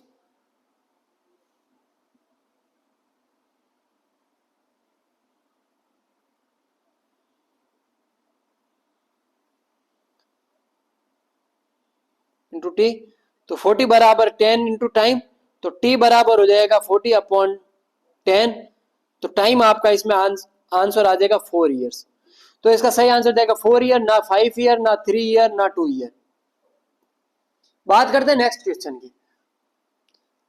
इफ 4 आदमी can paint a house in 9 days, यानी कि 4 आदमी मिलकर के एक घर को पेंट करने में 9 दिन लगाते हैं, तो how many days will 6 man take to paint in the same house, यानी कि 6 आदमी अगर मिलकर करें तो सेम घर को पेंट करने में कितना दिन लगेगा। 4 मैन यानी कि 4 आदमी अगर घर को पेंट करें 9 दिन में, तो D2 हमें दिया हुआ नहीं है और 6 आदमी दिए हुए, तो 4 इंटू 9 बराबर 6 इंटू डे हमें ज्ञात करना है, तो इसको हम डायरेक्ट कट भी कर सकते हैं, 3 तिया 9, 3 दूआ 6 और 2 और 3 दूआ 6, यानी कि D2 बराबर आ जाएगा 6, यानी 6 डेज में 6 डेज में वह उस घर को पेंट कर पाएंगे, ना 5 डेज, ना 7 डेज, ना 8 डेज। बात करते हैं नेक्स्ट क्वेश्चन की। इसमें मैंने नाम को चेंज करा है लेकिन क्वेश्चन का पैटर्न सेम है। ब्लड रिलेशन का क्वेश्चन पूछा गया था। Ankita is Ritu sister and Ritu is Rakesh daughter, what is the Rakesh relation to the Ankita. यानी कि अंकिता है जो रितु की बहन है और रितु है जो कि राकेश की बेटी है, तो राकेश है जो अंकिता के क्या लगेगी। बात करूं, अंकिता इज रितु सिस्टर, यानी कि रितु की बहन अंकिता है, यानी ये भी फीमेल है, ये भी फीमेल है। Ritu is the Rakesh daughter, यानी कि रितु है जो कि राकेश की बेटी है, यानी कि राकेश इसका पिता है। यानी अंकिता और रितु आपस में बहन है और राकेश उसका पिता है। तो what is the Rakesh relation to the Ankita, यानी कि राकेश का उस अंकिता के साथ क्या रिलेशन है, यानी कि राकेश का उस अंकिता के साथ क्या रिलेशन है। अगर ये दोनों बहन है और रितु का पिता अगर राकेश है तो अंकिता का भी पिता राकेश ही होगा, तो राकेश उसका पिता है। तो सही आंसर जाएगा फादर, ना अंकल, ना ग्रैंडफादर, ना ब्रदर। बात करते हैं नेक्स्ट क्वेश्चन की। Identify the verb in the following sentence, यानी कि इसमें कौन सा वर्ब है जो दिख रहा है। लाउडली, जोक, लाफ, दे। लाउडली का मीन्स होता है जोर से, तो ये वर्ब नहीं है। वर्ब का मीन्स होता है किसी भी कार्य का होना। इसमें ऐसा कौन सा जो कि कहीं कार्य हो रहा है। जोक नहीं, लाफ, दे भी नहीं, तो इसका सही आंसर जाएगा लाफ। बात करते हैं नेक्स्ट क्वेश्चन की। Complete the scene, complete the analogy, यानी कि हम इस एनालॉजी को हमें सॉल्व करना। आई का रिलेशन है सी से, यानी कि आंखें हमें देखने के लिए यूज करते हैं, तो हम ईयर को कहां यूज करते हैं, तो ईयर को हम सुनने के लिए यूज करते हैं, ना लिसन के लिए, तो इसका आंसर रहेगा ईयर, ना साउंड के लिए, ना स्पीक के लिए। सही आंसर बी। बात करते हैं नेक्स्ट क्वेश्चन की। Which of the following surgical item must have their expiry date check before use, यानी कि किसी भी सर्जिकल आइटम की एक्सपायरी हमें चेक करने के लिए क्या, कौन से आइटम की हमें एक्सपायरी डेट चेक करनी है यूज करने से पहले। सर्जिकल स्टेराइल सर्जिकल सॉल्यूशन की, पेशेंट कंसेंट फॉर्म की, ऑपरेशन थिएटर के लाइट की, या सर्जिकल टेबल। तो सर्जिकल टेबल की एक्सपायरी चेक नहीं करते सर्जरी से पहले, ना ऑपरेशन लाइट की, ना पेशेंट के कंसेंट फॉर्म की। सही आंसर जाएगा आपका ए, यूज स्टेराइल सर्जिकल सॉल्यूशन। और सर्जिकल रैप वगैरह हो उन सब की हमें एक्सपायरी डेट चेक करनी। बात करते हैं नेक्स्ट क्वेश्चन की। In which of the following condition is low sodium diet recommended, यानी ऐसी कौन सी डाइट है जिसमें हम लो सोडियम डाइट प्रेस्क्राइब करते हैं। आयरन डेफिशिएंसी एनीमिया में हम नहीं करते, ना हाइपोथायरॉयडिज्म में हम यूज करते, हाइपरटेंशन में, ना पेप्टिक अल्सर डिजीज। सही आंसर जाएगा आपका हाइपरटेंशन। बात करते हैं नेक्स्ट क्वेश्चन की। According to the WHO a newborn classified as a low birth weight babies if the birth weight babies is less than 3000, less than 2500, less than 2000, less than 1500। तो आपका सही answer जाएगा low birth weight babies होते हैं, low birth weight babies is less than 2500, very low birth weight babies is less than 1500 and extremely low birth weight babies is less than 1000। तो सही answer आपका जाएगा लो बर्थ वेट बेबीज में less than 2500, ना ये रहेगा, ना ये, ना ये।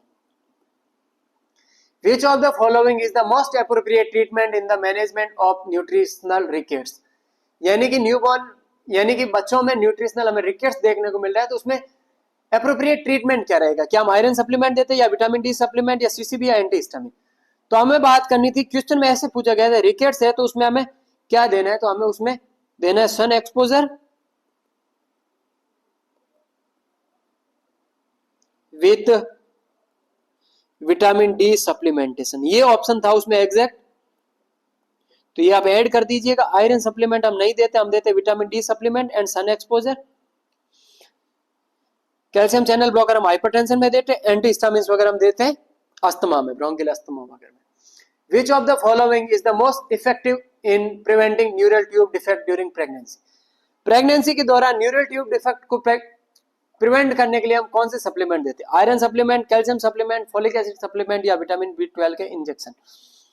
तो हम आयरन सप्लीमेंट देते हैं आयरन डेफिशिएंसी एनीमिया में, कैल्शियम सप्लीमेंट हम नहीं देते, हम देते हैं फॉलिक एसिड का सप्लीमेंट, और विटामिन B12 के इंजेक्शन हम नहीं देते, ये हम देते हैं पोस्ट गैस्ट्रेक्टोमी में।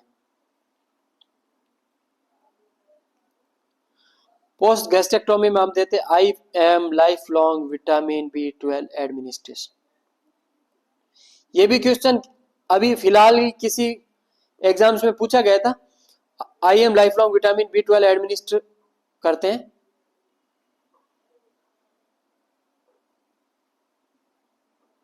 तो इसका सही आंसर जाएगा C, folic acid supplementation. Next question ये पूछा गया था, in the series ACFJO which letter will come in next. A में अगर C आ रहा है तो 2, C में अगर 3, F आ रहा है DEF यानी कि +3, F में J आ रहा है तो मीन्स 4, J में O +5, अगर O में हम +6 करें तो आपका आंसर जाएगा U। तो इसका सही आंसर जाएगा U, ना P ना R ना S। बात करते हैं नेक्स्ट क्वेश्चन की, if 1 kg of milk cost ₹45, what will be the cost of 3.5 kg of milk. यानी कि अगर 1 किलो दूध की कॉस्ट है 45, तो what will be the cost of 3.5 kg of milk. तो इसमें आपका आंसर जाएगा, अगर 3 किलो का निकाल दो, सबसे पहले 45 × 3 कर दो, और उसमें अगर आप प्लस करोगे 22.5 तो भी आपका आंसर जाएगा 157.5। तो इसका सही आंसर जाएगा बी, ना ए ना सी ना डी। बात करते हैं नेक्स्ट क्वेश्चन की, how many ml are there in 3.5 litre. यानी कि 3.5 लीटर में कितने ml होते हैं। तो 3.1 litre is equal to 1000 millilitre. तो यहाँ पे 3.5 litre is equal to 3500 millilitre. तो 3500 ml सही आंसर रहेगा, ना 350, ना 35, ना 3050। नेक्स्ट क्वेश्चन पूछा गया था, करना है solve the equation if x - 2 = 3, what is the value of the x। आप देख रहे हो सारे के सारे क्वेश्चन आपको हूबहू के हूबहू मिले हैं। चैनल को आप सब्सक्राइब कीजिएगा, लाइक कीजिएगा, जितने हो सके। जिन जिन लोगों ने इस एग्जाम्स को दिया है वो फील कर पा रहे होंगे सारे के सारे क्वेश्चन आपको एग्जैक्ट विथ ऑप्शन मिले। अगर हम बात करें यहाँ पे x - 2 = 3, यानी कि x ऐसी कौन सी वैल्यू है जिसमें से अगर हम 2 घटाए तो पीछे 3 रहेगा। तो अगर हम इसमें 5 में से 2 निकाले तो 3 रहेगा, अगर 1 में से 2 निकाल दे तो -1 रहता, 3 में से 2 निकाल दे तो 1 रहता, 5 में से 2 निकाले तो 3 रहेगा, ये सही आंसर है। अगर 7 में से 2 निकाल दे तो 5 रहता, ये भी गलत है। तो सही आंसर जाएगा आपका C. Next question, when a nurse is guiding a patient through emotional consent, treatment option and decision making, what is the role of performing। उसमें ऐसा ऑप्शन दिया हुआ था, कहीं ना कहीं उसमें नर्सिंग ऑफिसर उस मरीज को काउंसिल कर रही है, उसको सही से समझा रही है, उसके डिसीजन मेकिंग में हेल्प कर रही है, और उसके इमोशनल कंसर्न को भी सही कर रही है, गाइड कर रही है। तो उसमें आंसर रहेगा एडवोकेट नहीं रहेगा, उसका सही आंसर रहेगा काउंसलर, ना टेक्नीशियन ना कोऑर्डिनेटर। बात करते हैं नेक्स्ट क्वेश्चन की, which of the following is not an example of social learning. इसमें से ऐसा कौन सा एग्जाम्पल है जो कि सोशल लर्निंग का नहीं है। A child learn to speak by imitating parent. सबसे पहले मैं ये बता दूं, सोशल लर्निंग या सोशल एजुकेशन का मीन्स ये होता है, कहीं ना कहीं हम कोई भी चीज वह सीख रहे हैं जो कि हमें सोसाइटी से कोरिलेट कर पा रहे। यानी कि अगर कोई बच्चा है वो अपने पेरेंट्स से सीख रहा है, पेरेंट्स ग्रैंड पेरेंट्स से, टीचर है वो सीनियर टीचर से, यानी कि कहीं ना कहीं सोसाइटी में लोगों से सीख रहे हैं या अपने पीयर प्रेशर से सीख रहे हैं। तो इसको हम बोलते हैं सोशल लर्निंग, यानी कि learning from senior, colleague, peer group, parents, इन सब से अगर हम सीख रहे हैं तो कहीं ना कहीं ये सोशल लर्निंग के एग्जाम्पल है। और क्वेश्चन ये पूछा गया था कौन सा एग्जाम्पल नहीं है। A child learn to speak by imitating parents, यानी वो अपने पेरेंट्स की नकल करके सीख रहा है, तो ये तो है। A student copies the teachers way of writing, यानी कि एक स्टूडेंट कॉपी कर रहा है अपने टीचर के राइटिंग की, तो ये भी है। A boy learn to ride a bicycle by watching his elder brother and peer group. एक बच्चा बाईसाइकिल चलाना सीख रहा है बाय पीयर ग्रुप और अपने एल्डर ब्रदर से, तो यह भी है। A teacher learn from computer, अगर टीचर खुद कंप्यूटर से सीख रहा है तो ये सोशल लर्निंग का टाइप नहीं है, यह एक टेक्नोलॉजिकल लर्निंग का टाइप है। तो ये भी आंसर नहीं रहे, तो इसमें नॉट पूछा था तो आपका ये आंसर जाएगा D. A teacher learning from computer. Next बात करते हैं what is the main purpose of using an electrical pad यानी कि return electrode using surgical diathermy. यानी कि सर्जिकल डायथर्मी के दौरान हम जो इलेक्ट्रिकल पैड यूज करते हैं उसका मेन पर्पस क्या रहता है। उसमें एक ऑप्शन ये भी था कि टू ट्रीट हाइपोथर्मिया या टू प्रिवेंट हाइपोथर्मिया। तो आपका सही आंसर जाएगा हम हाइपोथर्मिया को प्रिवेंट नहीं करते, ना टू डिलीवर एनेस्थीसिया, ना मॉनिटर हार्ट रेट के लिए, ना to increase the cutting power. हम यूज करते हैं to safely complete the electrical current and prevent one. हम सर्जिकली डायथर्मी को इम्प्लांट करते हैं ताकि उसमें इलेक्ट्रिकल जो सर्किट हो रहा था, जो इलेक्ट्रिकल ये सर्किट है ये पूरा to complete the electrical current circuit, यानी कि उस सर्किट को हम कंप्लीट करने के लिए surgical electrical diathermy pad use करते हैं। तो सही आंसर हो जाएगा C. Next question, what is the recommended initial action for relieving severe choking in a conscious infant under 1 year of age. यानी कि अंडर 1 ईयर ऑफ एज है तो उसमें कौन सा और बच्चा चॉकिंग कर रहा है, चॉक यानी कि कोई भी फॉरेन पार्टिकल या फॉरेन चीज की वजह से एयरवे ऑब्स्ट्रक्ट हो रहा है, तो उसमें प्रायोरिटी नर्सिंग एक्शन क्या रहेगा। Perform abdominal thrust, giving water to drink slowly, apply 5 back slap followed by 5 chest thrust, या ask the infant to cough forcefully. तो इसका सही आंसर रहेगा हम इन्फेंट पे 5 बैक स्लैप देते हैं और 5 ही चेस्ट में चेस्ट थ्रस्ट करते हैं। तो सही आंसर सी रहेगा। पेशेंट को कफ करवाना नहीं है फोर्सफुली क्योंकि अंडर 1 ईयर एज है।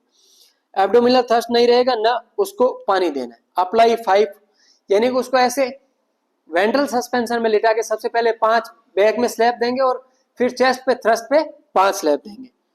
नेक्स्ट क्वेश्चन पूछा गया था which type of immunity is produced by administering a vaccination.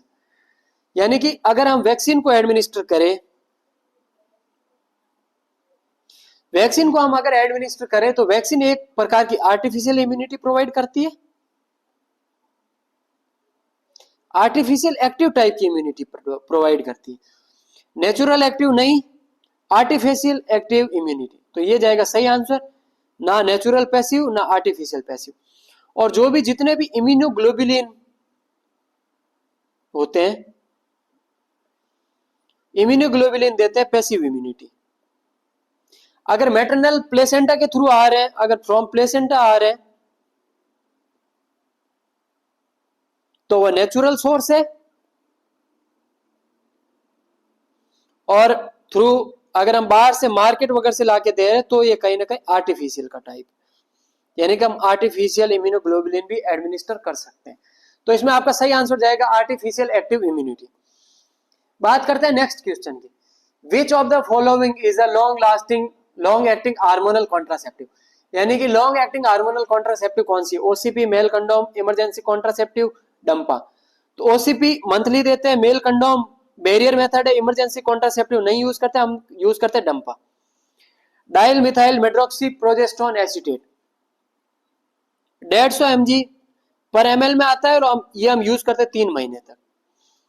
तो इसका सही आंसर जाएगा डंपा। नेक्स्ट क्वेश्चन, अगर हम डे को लिखे, कोडिंग डिकोडिंग का क्वेश्चन है, इफ रीजनिंग का, if day is written as EBZ, यानी कि डे को हम EBZ लिखे, then how will be night be written in the same code. अगर हम डे को लिखे, डे को एक एग्जामिनर लिख रहा है EBZ, डी को E यानी कि +1 कर रहा है, ए को Z +1 कर रहा है, Y को Z +1 कर रहा है। तो हमें सेम इसी फॉर्मेट में नाइट को लिखना है। नाइट में अगर +1 करें तो O आएगा, I में +1 करें तो J आएगा, G में अगर +1 करें तो H आएगा, H में अगर +1 करें तो I आएगा, T में अगर +1 करें तो U आएगा। OJHIU, OHJ ये नहीं आंसर, PM नहीं है, OJG नहीं है, सही आंसर OJHIU, ये इसका सही आंसर है ए। नेक्स्ट बात करते हैं आई वर्क नाउ, इसको कंप्लीट करना था, I am doing work now, I do work now, I does work now, I did work now. तो I work now means I am working या I am doing work now, ये इसका सही answer बैठेगा, ना I do, I did, ना I does. Next question ये पूछा गया था, while making the bed for an unconscious patient what should B nurses primary consideration, यानी कि उसमें प्राइमरी नर्सिंग कंसिडरेशन क्या रहेगा। प्राइमरी नर्सिंग कंसिडरेशन यानी कि बेड मेकिंग करते समय अनकॉन्शियस पेशेंट की हमें बेड मेकिंग करनी है, तो उसमें प्राइमरी नर्सिंग कंसिडरेशन क्या रहेगा। Use bright colour of linen to stimulate senses, यानी कि उसके सेंसेस को स्टिमुलेट करने के लिए हमें ब्राइट कलर लिनन बिछानी, या use loose linen for easy movement, या यूज करना है लूज लिनन को, या ensure wrinkle free linen and lateral position, या इंश्योर करना है रिंकल फ्री लाइनन को, या चेंजेस करना linen frequently to avoid boredom. तो इसका सही आंसर जाएगा हमें wrinkle free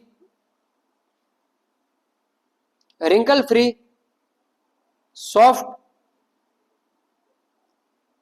coloured linen use करनी। तो इसका ब्राइट कलर नहीं यूज करनी है, लूज लिनन हमें नहीं करनी है, रिंकल फ्री यूज करनी है to prevent bed sore. Bed sore को ताकि हम प्रिवेंट कर सके, अनकॉन्शियस पेशेंट है तो इतना मूव नहीं कर पाएगा, उसे हमें प्रिवेंट करने के लिए हम रिंकल फ्री लिनन और लेटरल पोजीशन देते। Linen frequently to avoid boredom, ये भी नहीं आंसर है। Next question, a patient expresses suicidal thought during a nursing assessment. Nursing assessment के दौरान एक पेशेंट सुसाइडल थॉट को एक्सप्रेस कर रहा है, what should be the nurse's priority action. उसमें नर्सिंग का प्रायोरिटी एक्शन क्या रहेगा। Leave the patient alone to calm down, यानी कि उस मरीज को हमें छोड़ देना है ताकि वो अकेले में शांत हो जाए। Document the state and continue routine care, उसको हमें स्टेटमेंट को डॉक्यूमेंट करना है, कंटिन्यू रूटीन केयर देनी है। या इंश्योर करना है patient safety and stay with the patient, हमें इंश्योर करना है पेशेंट सेफ है और पेशेंट के साथ रुकना है। या give sleeping pills to help the patient rest, यानी कि हमें उस मरीज को नींद की गोली दे देनी है ताकि वो मरीज आराम से सो जाए। तो इसका सही आंसर रहेगा सुसाइडल थॉट या सुसाइडल आइडिएशन में पेशेंट की सेफ्टी फर्स्ट प्रायोरिटी। ये क्वेश्चन कहीं ना कहीं आपको सारे एग्जाम्स में देखने को मिलता है। लीव द पेशेंट, पेशेंट को अकेला नहीं छोड़ना, डॉक्यूमेंट नहीं करना की आवश्यकता है। Ensure the patient safety and stay with the patient, ये सही आंसर। गिव स्लीपिंग पिल्स, यानी कि उसको नींद की गोली देके सुला दो, ये नहीं होता। ये थे मेरे टोटल 98 क्वेश्चन। ये आपने अभी तक हमने डिस्कस करा 98 क्वेश्चन आउट ऑफ 100। मैंने कोशिश की है कि सारे के सारे क्वेश्चन मैं आपको हूबहू विद ऑप्शन वही के वही ऑप्शन दे सकूं। उम्मीद करता हूं आपको मेरी क्लास बेहद पसंद आई होगी, सॉल्यूशन देख के आपको अच्छा लगा होगा, और आशा करता हूं कि आपका पेपर बहुत अच्छा गया होगा। ये थे 98 क्वेश्चन टोटल। मिलते हैं नेक्स्ट क्लास में। Thank you for connecting with us, keep supporting and see you in the next video guys. Thank you so much.